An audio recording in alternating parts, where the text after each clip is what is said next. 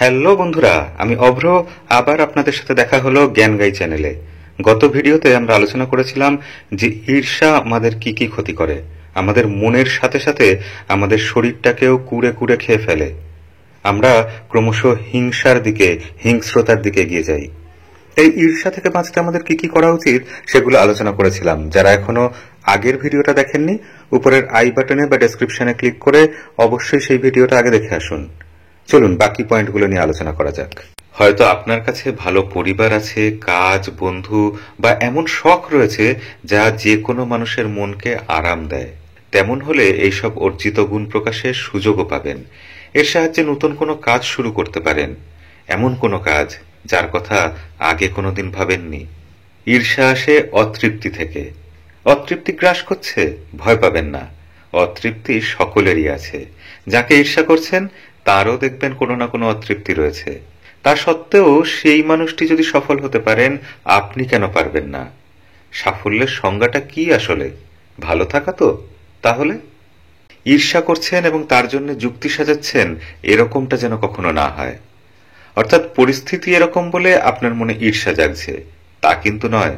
মনে মনে অন্যের সঙ্গে প্রতিযোগিতায় নেমেছেন বলেই যাবতীয় কষ্ট হচ্ছে। তাই নিজেকে ঠকাবেন না। প্রতিযোগিতা অন্যের সঙ্গে না হয়ে যদি নিজের সঙ্গে হতো তাহলে কেমন হতো?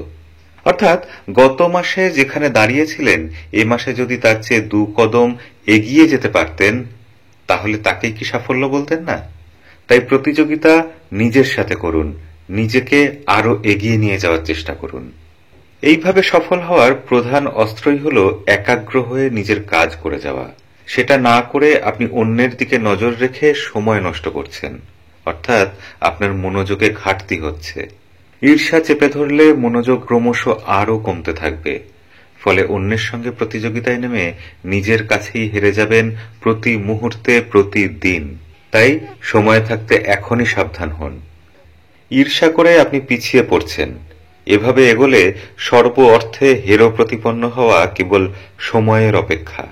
কাজেই যে মানুষটির মনে ঈর্ষা জাগাচ্ছেন, মনে মনে তাকে গুরুত্বহীন না করতে পারলে কিন্তু আপনার মুক্তি নেই। তাহলে সেই চেষ্টাই করুন। প্রয়োজনে বিশেষজ্ঞের পরামর্শ নিন। এবং শেষ পয়েন্ট, জীবনে চলার পথে কি কি ভুল করেছেন ও তার ফলে কিভাবে পিছিয়ে পড়েছেন, কিভাবে মূল্যবান সব সম্পর্ক নষ্ট হয়েছে, তা একবার পিছন ঘুরে ভেবে দেখুন। সেসব ভুল শোধরানোর চেষ্টা করুন। মনে রাখবেন, নিজের ভুল দেখার চোখ না থাকলে সাফল্য কিন্তু কখনোই আসে না। আর সবশেষে বলবো, বন্ধুরা, নিয়ম মেনে নিজেকে সুস্থ রাখার চেষ্টা করুন। শরীর সুস্থ থাকলে মনও সুস্থ থাকবে। ভুলভাল আবেগ আর সেভাবে জ্বালাতন করবে না। আর যদি করেও সেটা থাকবে আপনারই নিয়ন্ত্রণে। তাই ভালো থাকুন। পরের ভিডিওতে আবার দেখা হবে। নিচের লাল বাটনটা টিপে চ্যানেলটি সাবস্ক্রাইব করে দিয়ে যাবেন, সাথে বেল আইকনটাও প্রেস করবেন।